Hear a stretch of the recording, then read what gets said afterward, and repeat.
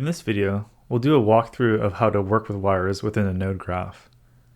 To add a node between an existing connection, select the wire and add a new node. If I want to delete the node in between others, we have two options. With the node selected, I can press delete, which will break all connections, or press backspace, which will remove the selected node and maintain the existing connection. This concept also works with several wires. To add a node between all these connections, select all the wires and add a node.